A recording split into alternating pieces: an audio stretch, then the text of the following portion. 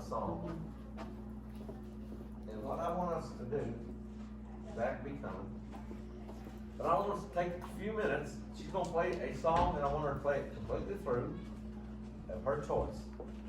And I want us to bow our heads and step into the presence of the Lord. We need to do that. Okay, well.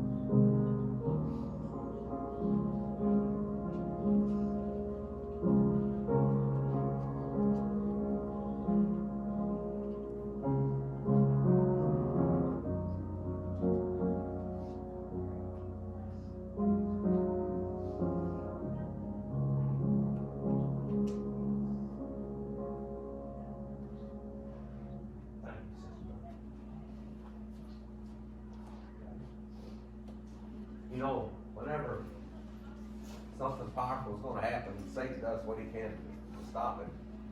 Well, yesterday, one of the speakers was out in Dallas, Texas, and he started flying to St. Louis to Columbia. He ended up having to fly. He flew from Dallas to Colorado Springs, down into Oklahoma somewhere, and back somewhere into Missouri, and then back into Columbia. Now, he said, I wasn't sure I was going to get here, but he made it. But see, and there was 1,400 some men there yesterday, large group of men. And it was, like I said, it's called Combo something. I've got paperwork on it, but if next year, if all possible, I'd like for every man to go. They have them on Saturdays. So most everybody's off work, the men are off work. But there was an age group from,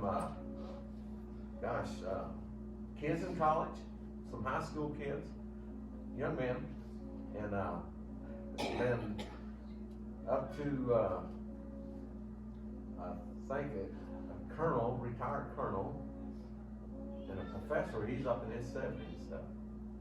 But, and this professor teaches at MU, and he's a pastor also.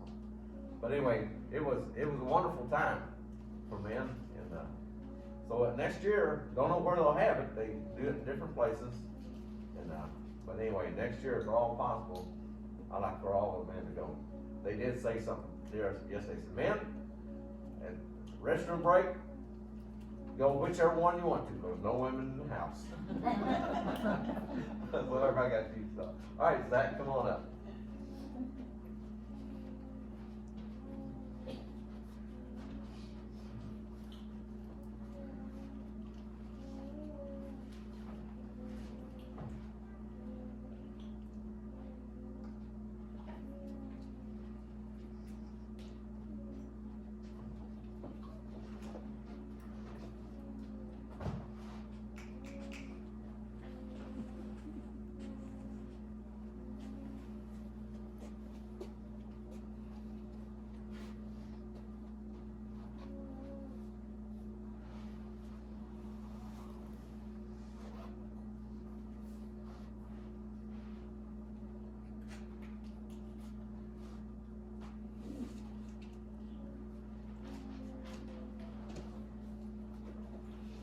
Sunday has already started off to be quiet morning, hasn't it? Yes. Good time of worship, some testimony from Kevin. That's really how church should be. Church was and is community. No different than any other community. Time of praise and worship, time of testimony, time of people opening up their hearts and telling about what's going on in their lives. The body. The human body, like the Christian body, is always trying to heal itself. You cut your arm, the body's going to heal itself. Church shouldn't be any different. Right. And so, kind of got my original thought a little bit derailed this morning. The Lord has a funny way of doing that. And I was really chewing on what Wayne said about whether or not he was going to take the week off that we're preaching next time. The Lord put something in my heart about taking a time of rest. And I've had all of 5 minutes to slap this together, so... but what's interesting about this morning is we've been talking about life and the stress and the different things that life has in it that can tear at you.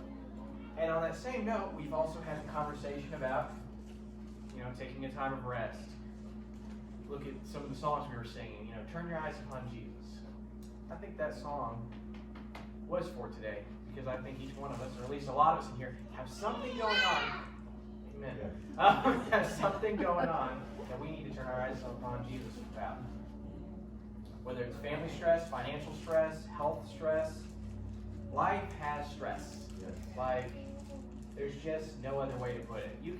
The Christian and the unsaved will agree with you on this fact, that life has stress. Right. And usually a lot of it. And usually when it rains, it pours. Yes. So it's not usually... Trouble and stress rarely ever come in light dosages. They usually come... It's usually kind of like when they flip the gallon jar or the big container over on the football coach. That's kind of how life usually pours stress on you. Yeah. It picks up the thing and just flips it over and goes, let's see what happens. Yeah. And I was just thinking about that this morning and sitting here reading what we sang this morning from the hymnal. And really, when you start thinking about it, it goes, turn your eyes upon Jesus. Look full in his wonderful face. And the things of earth will grow strangely dim in the light of his glory and grace. Right. What's interesting about that is it has to deal with focus. And where are you putting your focus? And that's what the Christian life has to be. Something I've been thinking about, the Christian life is a focused life. People can just nonchalantly go through life. You kind of just shut your brain off, go to work, go home, have the kids, have your wife, Life is very routine, and it's very easy to get lulled into this routine state of go to work, go home, go to bed, go back to work, Really, think how many times we all live our life almost in autopilot because we just do the same thing every day. I had to laugh. So when we first moved here to Missouri, I had a really slightly terrifying experience of this just because it involved a motor vehicle. Being an autopilot, my wife just looked up. Nothing bad happened, but just the concept of how much we live in autopilot.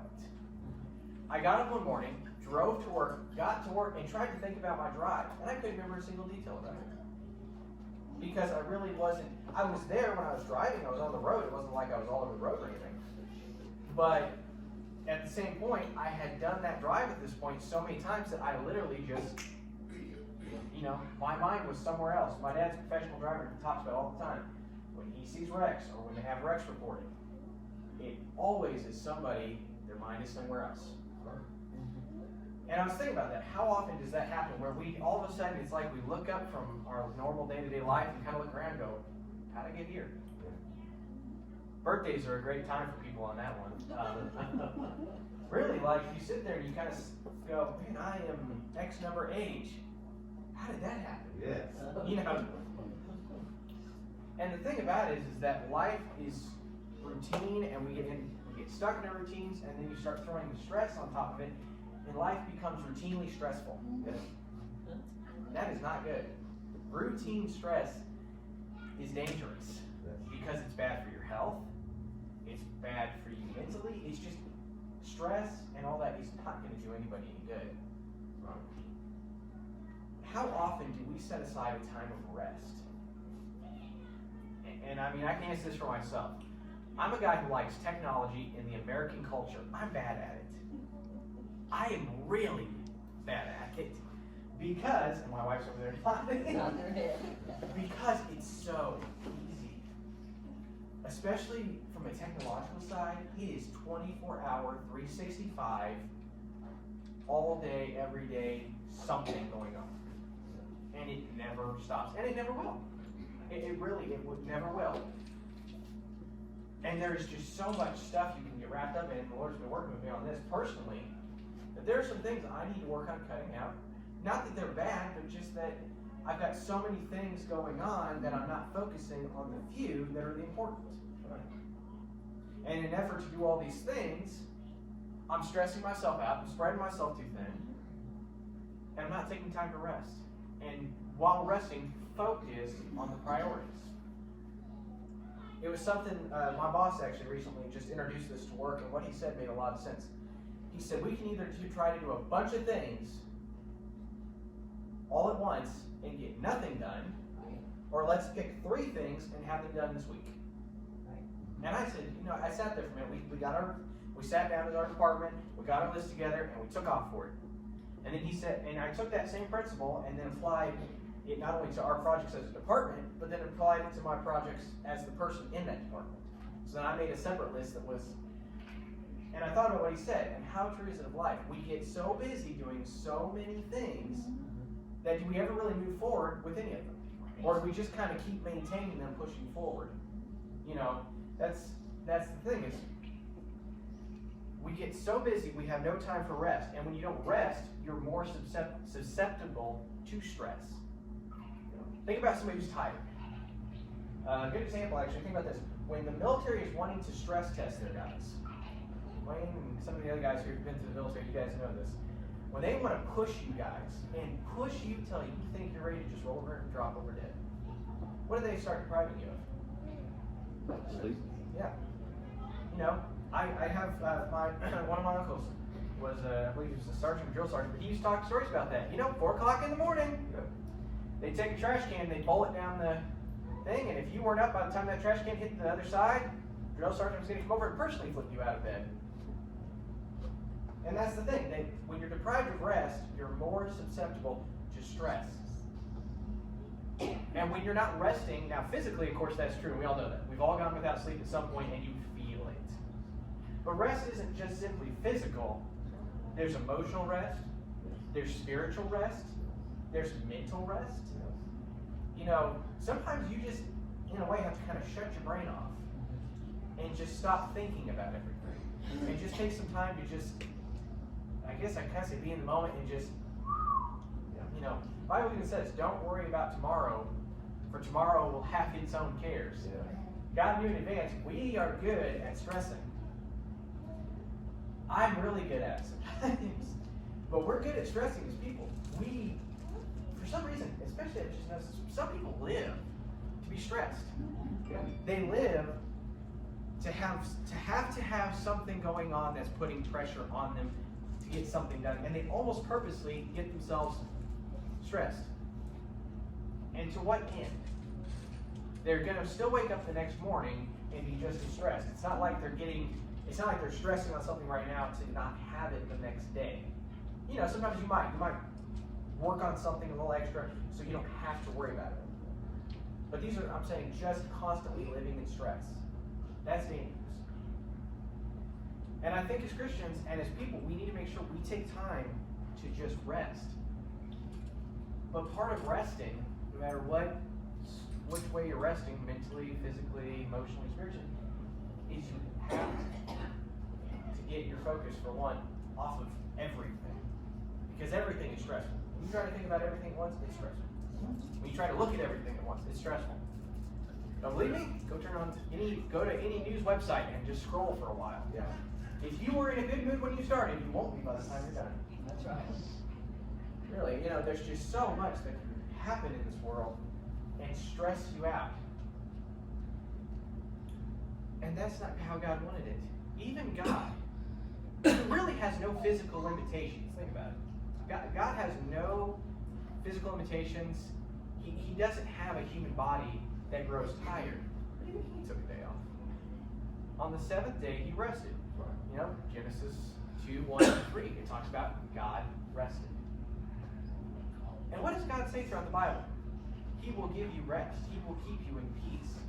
Because he knows at some point you've got to get to a point where when you're resting, this is the point I was trying to use, is you're at peace.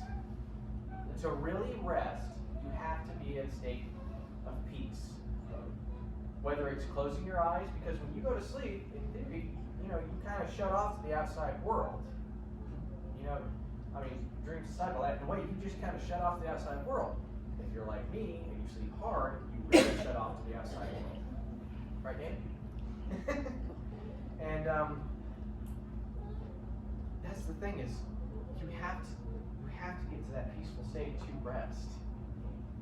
Whether it's spiritually, taking time alone with God.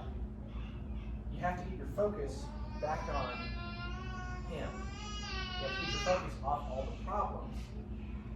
And you see, that's part of this. Turn your eyes upon Jesus. What are they telling you? They're telling you, look at it. Look at the answer. In fact, one of the biggest things to fix stress is to find the answer for it. Yes. People stress about money. Well, in most people's minds, the answer to stress on money is more money or less bills. But either way, there's an answer. That's what gives people peace, is when there's an answer. And so, when you look at God, He says all the time, there's a list of scriptures here I was looking at, but the theme of them is, look to Him for peace. Because He can cover every layer that you have stress in. Yes. Whether it's physical stress, emotional stress, of course spiritual stress, any stress, He's got the answer for it. That's why we look to Him. Everybody's got their method of looking to something. For us, it's turn your eyes upon Jesus. A lot of people, it's turn your eyes upon Jack Daniels. Really, think about it. Everyone has a turn their eyes upon blank. That they look to for their source of strength. Sorry. Oh, that's true. Just that Jack Daniels thing for me, now I'm laughing about it more. But really, everyone has their turn your eyes upon drugs, turn your eyes upon money, turn your eyes upon success. Everyone has their something that they turn their eyes to give them peace, to give them rest. The problem is that Christ is the only one, or I guess it's not a problem. The problem is that all of theirs wear off. You get high, you come off a high. You get drunk, you come off a drunk. You can be successful, there's also a chance success could fall. There's only really one sure source of stress relief and peace in life. And that's why you see people looking for something. I heard one, I don't remember where it was at. I heard somebody make an interesting point. They said, do you know why television has gotten so popular? They said people are not looking to be entertained, they're looking to be sedated. Yeah. If you look at people that are, let's say, professional TV watchers, people that just burn, I'm talking the other person that turns the TV on at 8 o'clock in the morning and it's still running 8 o'clock that evening.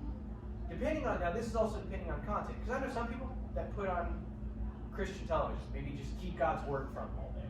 But I'm talking just typical secular television. What are people looking for when they're watching TV?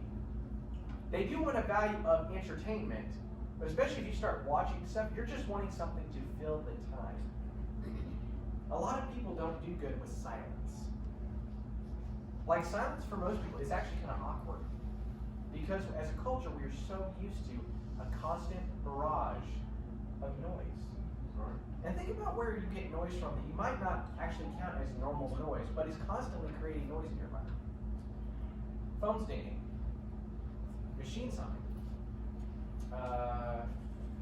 like when you have your refrigerator, your AC unit. There's a constant production of sound, even if you don't really notice it because it's on lower frequencies than you normally pay attention to. But if you get somebody in a moment, if you ever see something interesting, look at people when they go into soundproof chambers and they test the removal of sound on the human body.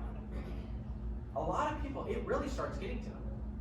Because as people, we are so used to a huge amount of sound. Look at somebody who lives in a big city. I'm not gonna lie, this was an interesting experience for me. When I went from a town of 600,000 to a town of Lincoln Park, Colorado of 8,000, it felt really quiet. Even though I had a highway right out front of our house, I still went from 600,000 people to 8,000. Then I got married, and we ended up moving here, and I lived in Fayette, Missouri for, I forgot how long we lived there for, 6 months. Wow, that was quiet. Man, you walk out on the porch at night, and I'm like, yeah, really, like, you hear I remember the first time I heard a cow, I was like, what's that? I'm like, it's just because you're so used to sound that you walk out on your porch and you come to these small towns and you're kind of like, there's nothing. I remember having a thing one time with Dana and her mom because they were talking about how busy the road was by her house, and I'm like, I haven't seen a car on this road for 5 minutes. What is this? We're on an abandoned road. Like, really? You're so programmed to stuff. It's kind of like when you take, and I'll pick on myself again for a minute, take somebody's phone away from them. Yeah, I know. I was looking at you when I said that. You take somebody's phone away from them, and especially, and think about it really, and I'll pick on my generation, especially my generation and the one coming after me. We're used to it. This is normal for us. A technological, constantly feeding world is very normal. These kids really, I mean, we talk about how these kids don't know. It's just because that's the world they're growing up in. These kids know what we're... Sorry, David's just smiling at me. These kids and myself know a world where technology is right at their fingertips. Their schools have computers. They probably have a phone at a younger age now. They have all these different things, and then you take those away, and all of a sudden, they realize that there's a ton of empty space where those took up. Like I said again, I use technology because it's one that's the most relatable to me. It's like the cartoon that was on Facebook where they gave the kids the rotary phone in their trying to figure out how to use it. Yeah, they never Dial it without picking it up. Yeah, exactly. And that's the thing is, to find this peace and rest, we have to be willing to put stuff down. And it's not always stuff that's bad. It's just stuff that's, you've got 24 hours every day. Now, I will say, we all know life is never a guarantee, so understand what I'm saying here in light of that context. But you're guaranteed 24 hours a day, in theory. You know what I mean? Aside from you passing away, there are going to be 24 hours that pass in one day. And the next day, that's going to be the same thing. There will always be a 24-hour slot. The question is, what are we doing in said 24 hours? And I realized I was watching something one time, and somebody in this video I was watching, they asked, what do you do with your 24 hours? And they made a comment that they said, if you look at people that are highly successful, very focused people, a lot of times they can tell you almost by hour what they're doing. Because they've just got it planned out. Now, I understand life isn't always simple enough to be put like that, especially if you're a mom. I don't think my mom could ever, my mom was a very planned person. Like, very planned. She had her whole day planned out. She planned out meals in advance. I mean, she had a whole setup. But even then, she had 3 boys. So the schedule always had flexibility in it because she had 3 boys. And that's the thing is, part of that thing is taking time to spend with God, taking time to spend with our families. And again, I'm kind of shooting from the hip here a little bit because this is just, when we start talking about this morning, this is what the Lord kind of put on my heart. Hopefully I'm making some sense out of it. But just as you look around at today, this week, this month, and actually now that we're at the start of a new year, this year, look for what kind of places there might be something in your life that's not bad, but just might need, if nothing else, maybe at least reprioritized. Maybe there's something that's taking too much priority that something else should have. Because, for me, I know the Lord's been getting on me, and especially since I've helped pastor here, especially talking about this, is that as of recently, we've been having a lot going on. I haven't been in my word as much. That was something the Lord started getting on me was, you can't help people if you're not spending time. Right. So, where are these places as Christians, and this might actually tie into, I'll try to do a little bit of what I was originally going to share there. Where are those places as Christians that we need to put priority back on God, so that way when He calls us to do something for people, we're ready. You can't give what you don't have. This is going to tie right into a second. This is going to flow right into what I was teaching on today. But you can't give what you don't have. If you don't have something in you, it can't come out of you. You see, a seed is a good example of that. A seed will produce after its own kind. You can't put corn in the ground and expect string beans. You can't put stuff into your heart that's one thing and expect another to come out. You can't put nothing in and expect something to come out. If you were a farmer and you put nothing in the ground and then went out with your plow or with your gosh, this is Bruce, I don't know farming. And went out with your harvesters and stuff, at harvest time, you're going to be sorely disappointed to find a lot of dirt and no plants. Because you have to put something in for something to come back out. Whether it's, spiritual, like putting God's word in and then you share it with people, or take a skill.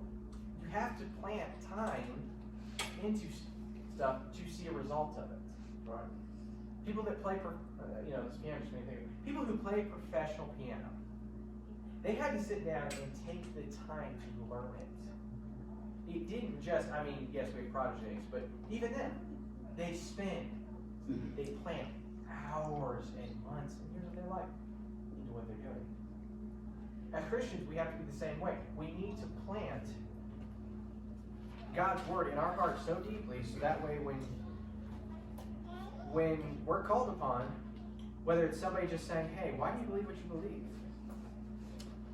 Or it's God asking you to pray for somebody. You have something to come out of them. They used to drill us on that at school.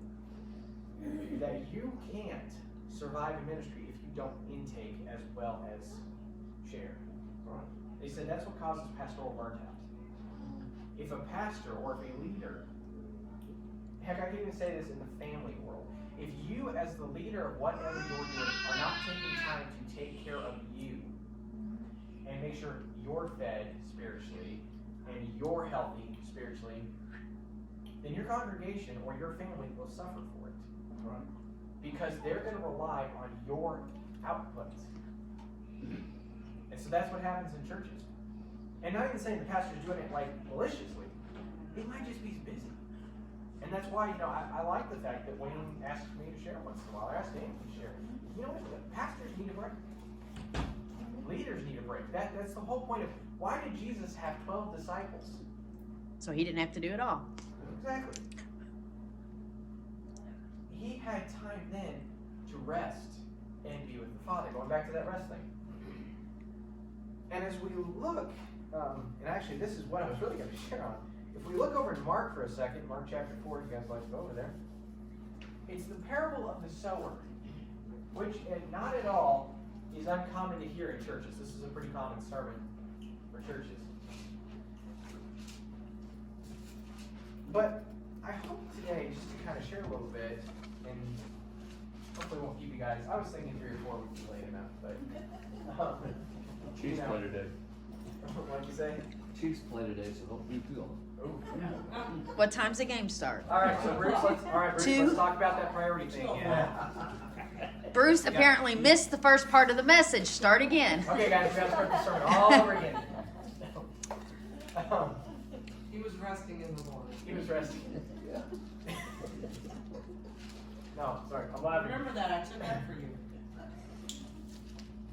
I told that to somebody one time. They got mad at me for falling asleep in Bible college.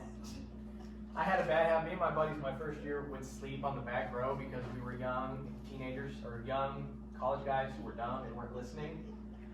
And they probably would appreciate that I said that. But really, I mean, I know we all had jobs, but at some points we really just weren't listening. In hindsight, looking at it. But I told somebody that one time. They're like, "Why are you sleeping?" I had this older person get frustrated. I said, "I'm just simply resting in the Lord." It was so irritated when I said that. That's what my mother-in-law told me when I told her, I was so tired when I went to bed last night. I started my prayer, but I don't remember saying amen. And she said, well, you were just resting in the Lord. Exactly. He kept you in perfect peace for the next 8 hours. So, starting off in verse 1, it says, "And again he began to teach by the sea, and a great multitude was gathered to him, so that he got into a boat and sat in it on the sea. And the whole multitude was on the land facing the sea." Something interesting real quick. It's funny when you look at the Bible and you realize Jesus kind of knew what he was doing. He had a good idea there. Interesting little fact about sound is it carries very well over water. Right?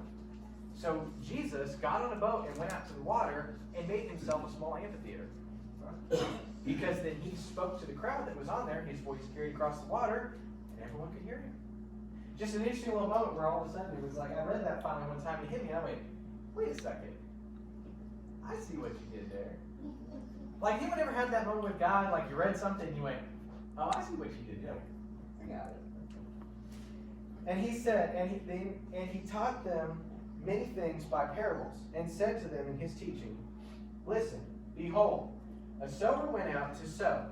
And it happened, as he sowed, that some of the seed fell by the wayside, and the birds of the air came and devoured it. And some fell on the stony ground, where it did not have much earth, and immediately it sprang up, because it had no depth of earth.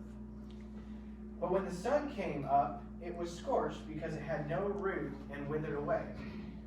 And some seed fell among thorns, and the thorns grew up and choked it, and it yielded no crop. But other seed fell on good ground, and yielded a crop that sprang up, increased and produced,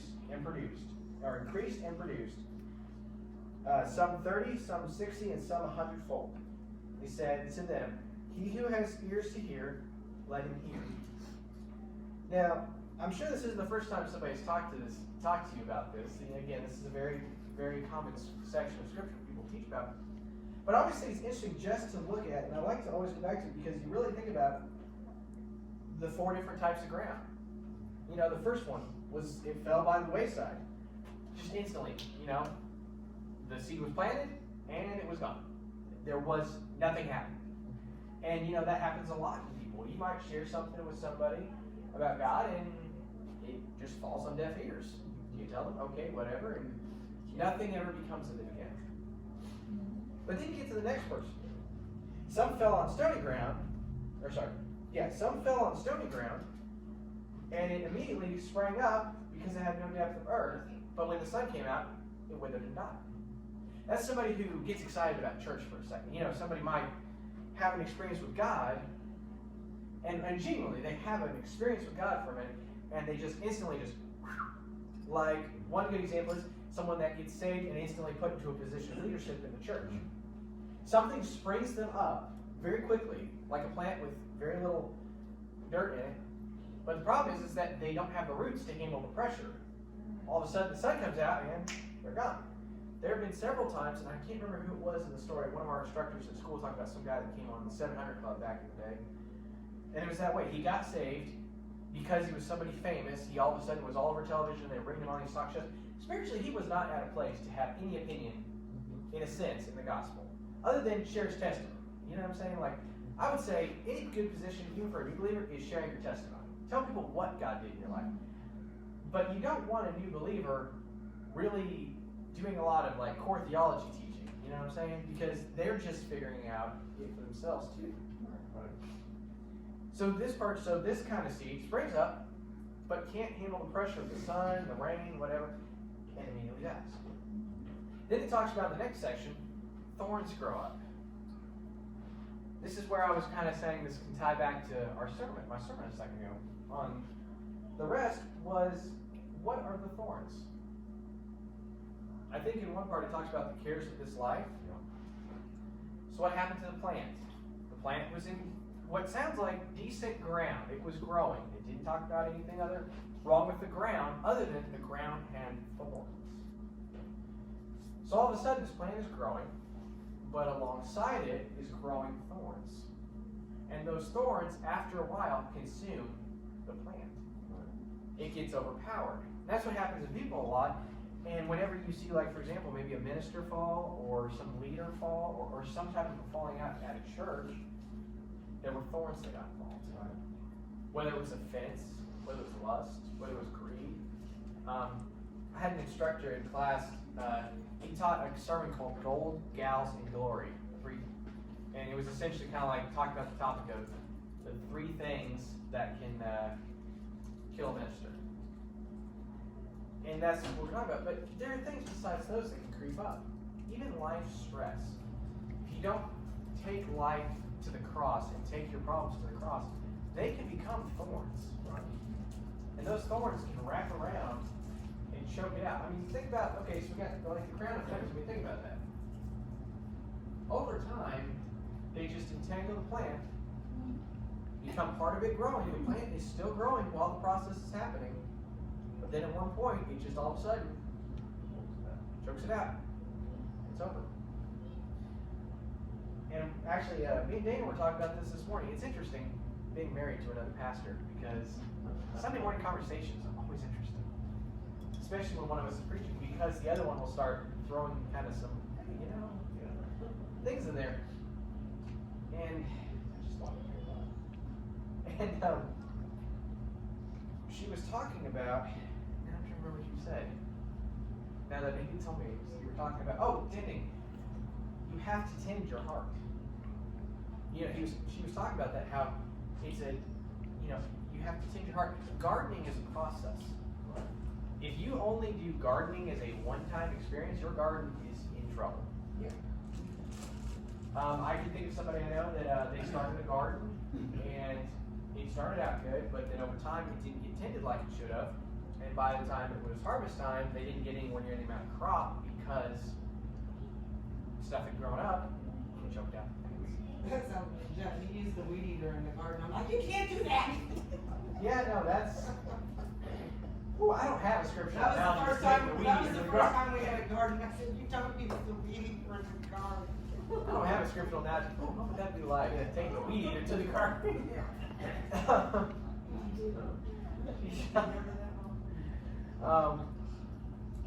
But you have to tend it. And your life and your heart is the same way. If you never do a health check on yourself spiritually, emotionally, physically, over time, it will become overgrown. And that's why God, like in that song we go back to, turn your eyes upon Jesus. Get focused back on Him, and then look at yourself and go, what needs tending? What needs taken care of? If you ever look at anything that is not tended, it will return to a state of decay. And I can't remember what rule of, there's some scientific rule that talks about everything is, I want to say that, I thought it was like the second law of thermodynamics or something like that. But there's some law in science that says everything is going from a state of order to chaos. Take a look at anything that is left undone. I always joke because every time I think it's Jeff Fox where he made a joke about this, about if you cut your grass and find several cars, you might be a redneck. And I was thinking about though is, you see people who have. If you think about it, you see people who have cars, and I have friends who are guilty of this as well. If anyone does this, I'm not picking on you, just a thought though. Is you might have a car that you want to work on, but if you never work on it and it just sits there, what will happen to that car over time? It will deteriorate. And that's where you see, we were actually driving here today, and along the road I noticed there was this building off to the side of the highway, and it's this little shack, but it was broken down. And all I could think of was, I wonder what that was before. I said, it doesn't look like a barn, it almost looks like a booth, like you would sell tickets out of. And I just kind of wondered, I wonder what that was like. But think about that. If you leave something untended, it will overgrow and become decayed. And that's what happens in life too, is if we don't tend our garden, then seeds, and especially bad ones, that might get planted, will overgrow and choke out the other ones. So the hard part about the human heart versus any other garden is that somebody else is always planting seeds. It'd be like if there was such an analogy as one farmer trying to plant crops and the other farmers, I guess maybe from a competitor of theirs, it'd be like somebody else coming by and planting thorns every once in a while. You're trying to grow a garden and somebody else doesn't want it to grow. So what are they going to do? They're going to go quietly and they're just going to spread some thorns around and just let them do their thing. And if you never tended your garden, what would happen? Thorns would grow up, kill off the garden. So the human heart, people are constantly planting things into your life. Some good, some not. And the question is, if you're not tending your garden, how do you know what's growing in there? If you only went out, planted seeds, and then your neighbors came out and planted seeds, and you never went out back to that garden to see what was going on, you would have no idea what's happening there. And I think that's what happens to a lot of us. We have no idea what state we're really in because we don't take time to really garden and examine our heart. And then all of a sudden life hits and we choke. Why? Because the thorns grew up. Those thorns grew up inside of us, and life hits us like a train, like it usually does. And all of a sudden we go try to pull on the seeds we planted, the good ones, and they're not there. They're not there. They're just simply gone because we haven't taken time to tend it. Think how many Christians, for example, if you ask them, something goes wrong. We were watching Jeremy Pearson's, and he was talking about how his wife apparently had this moment where his wife was talking to her mother, and just for context, Jeremy Pearson's, if any of you don't know, is Kenneth Copeland's grandson. And he said something really interesting. I've started watching a little bit of his stuff. He said something really interesting. He said his wife was on the phone with her mom, and they're both Christian backgrounds, and she was telling her mom about stress that was going on with her. And she said, "What scripture do you have to come at it with? What scripture are you coming at it with?" And she got a little frustrated with her. Apparently went to Jeremy, and Jeremy turned around and said, "Well, yeah, what scripture do you have?" She couldn't. But think about that. How many times do we not have something in God's Word to take on what's happening in life because we haven't taken the time to put it in us? And I know this isn't probably much of a fun sermon, but it's just one that's I've been chewing on for a long time. I've kind of had this sermon in the back of my mind for months now. And it's just, what are we doing to tend the garden of our heart? So that way, not only do we get to reap the benefits of it, but part of a garden is for it to be shared. Right? A farmer will very rarely just keep his crops for himself. Takes them to market and sells them. Somebody else benefits from it. Right? As Christians, if we maintain the garden of our heart, then when others need to make a pull from it, there's something to give them. Right? And I think that's what hurts a lot of the church sometimes, is whether it's people within the church needing help from others within the church, or somebody outside needing help from the church. They go to pull on the church, and the church hasn't tended its garden, and there's nothing to get, other than dirt and thorns.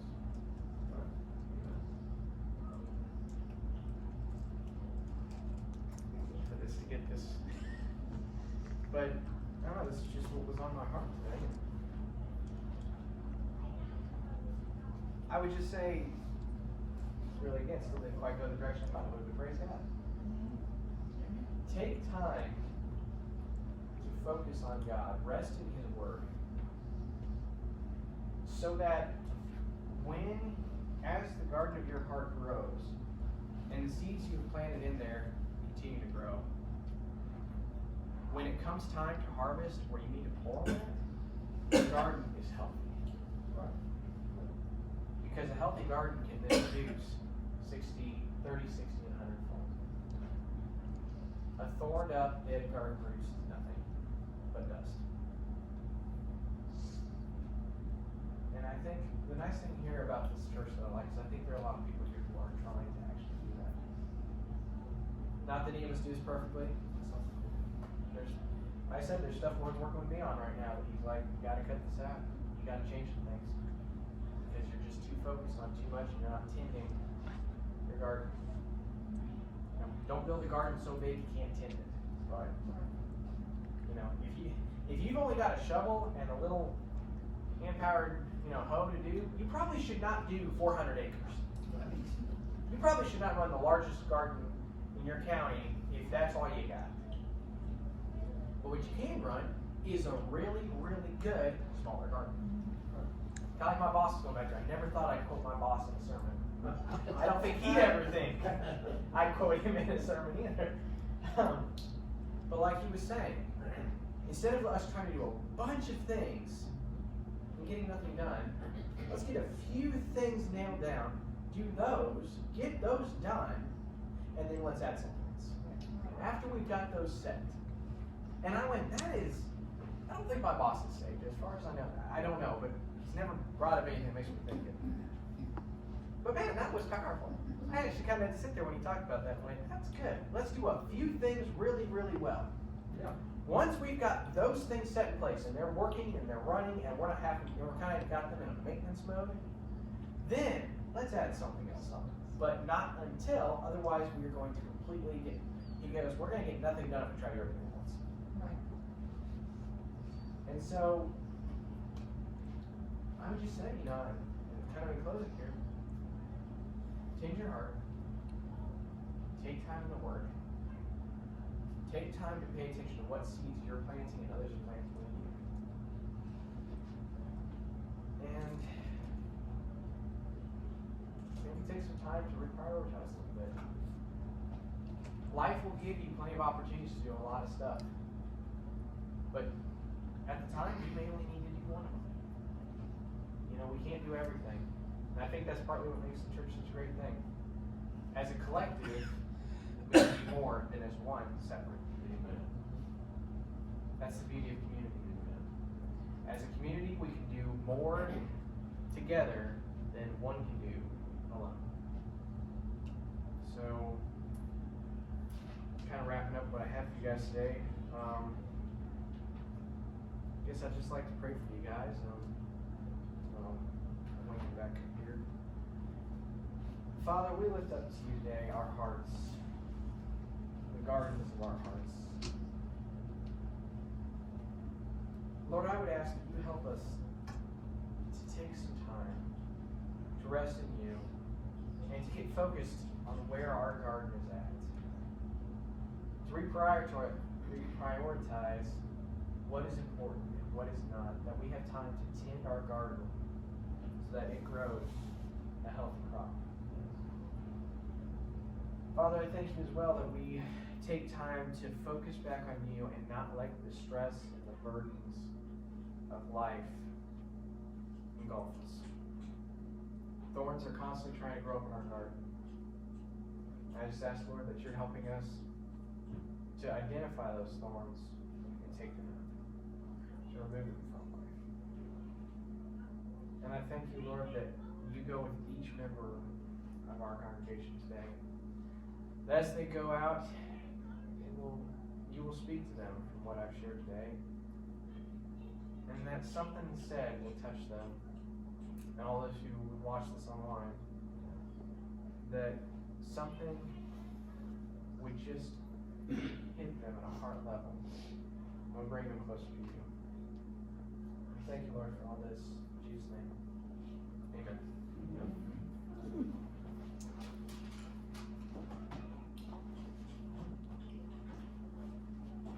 I'll just tell you right up front, what Zach spoke on today actually was a carryover from yesterday. It's talking about getting our lives set in what God wants, not what we want. And there was a whole, now, we started at 8:30 and we got out about 3:30 or 4 yesterday. we had now when you try to get 1,400 men fed within 30 minutes, from the time you're trying to get out of your seats, get your food and go outside, now that'll cool you off yesterday. Round to another building and fill up this auditorium and get back within 30 minutes. That's a pretty good rush. But their focus was on men yesterday and how to appreciate their wives.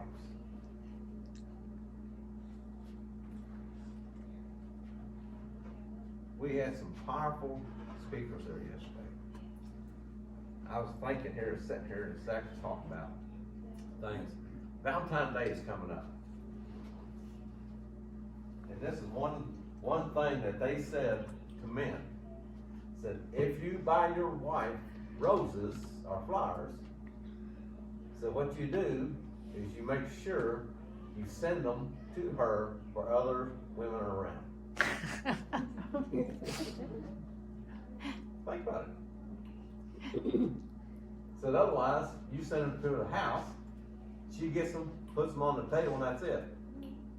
But if she gets them at work or other people, other women around, the other woman's gonna notice that she's getting flowers and other people are involved in it. Think about that. This one pastor, he was saying about his wife, she had a real bad spell, and he had 3 boys, she was in the hospital, and the day that her sickness started, and he gave the breakdown how many days and stuff, and he didn't get to see her at the hospital because he had 3 little boys, take care of the boys, his work and all that, and he couldn't get to the hospital to see her. He talked to her on the phone a little bit, but back and forth busy. So he said, just Valentine's Day, he said, this is what happened. He said, I go to the hospital and the place that they sell flowers and all that, all the flowers are gone except for 2 ugly yellow flowers. He said, I get 2 ugly yellow flowers and go up to see my wife, and said, as I was going to her room to see her, she knew he was coming, she came out. He said we spent Valentine's Day sitting on a bench in the hospital, holding hands. She said them 2 ugly flowers meant more to her than a dozen roses. The thought behind it. There it is. So he said, our Valentine's Day, all the plans we had to go out on Valentine's ended up in a hospital, sitting in a bench, holding hands, and saying hi to people as they walk by and talking to each other. So it's the little things. And then he got to talk about how many's in the Song of Solomon, where it talks about the little foxes coming into your marriage. How many's read Song of Solomon? Okay. Maybe Zach, we're gonna have to visit that some. Okay, Wayne. Yeah. You sent Lois in when she worked, roses, Yeah. flowers. So one time I sent her some flowers and she come home and she generally, she'd bring them home, you know, and she come home, she had on flowers, and I waited a little while, I said, hey, did you get any flowers back? No. Well, come find out, they sent them to a different Larry Miller, or Lois in Columbia. And she probably wondered, she might ask her husband if she married. Did you send me flowers? No. Well, who's sending you flowers? No, he probably said, yes, I did. Did you like them? Yeah, if he's smart, he'd say, yes, I did. Kevin always brings them to me. He brings them to me about once a month. He brings them to me. Yeah. And I'll get a call that your husband's at the front desk, and my whole staff will go, what did he do now? And you know what she always says? What am I supposed to do with these? There ain't no base. He brings me grocery store daisies wrapped in paper. And Now, she this don't one- like roses. She likes them yellow daisies. I took her roses. She said, I don't like them. I like the yellow daisies. I was buying the flowers for Judy. I'd buy roses and stuff. And this years ago. And this is what she said to me. Now you want to kill love the husband has for a wife, she said, I'd rather have the money. Forget the flowers, give me the money. So no more flowers. And very little money. I don't feel that way. Keep them coming. But, you know, I mean, that, honestly, stop and think about that. You tell your husband that, what's he gonna think? First of all, he had to go out of his way some. Sometimes you get a call and you have to go get them. But the little foxes, that's what it's talking about in Song of Solomon. My goodness. If you haven't taken, that's a love story. The Song of Solomon is a woman and a husband's love for each other. And some of the words in it, you know, is like her teeth are like, what, lambs or sheep or something like that. And, well, I won't say some other things. Yeah. It's a little grown-up type stuff. But all right, Valentine's Day is coming up. And anyway, just think about how much the person that you have as a husband or wife means to you. And what they have done for you. This morning, when Judy and I holding hands praying, I could not pray. I started to, couldn't. So Judy took over praying for me, for us. Because I was crying, and she was praying.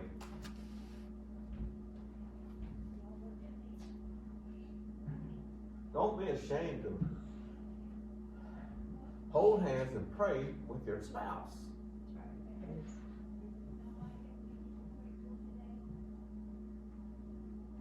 The Lord's Word kind of says this in a sense.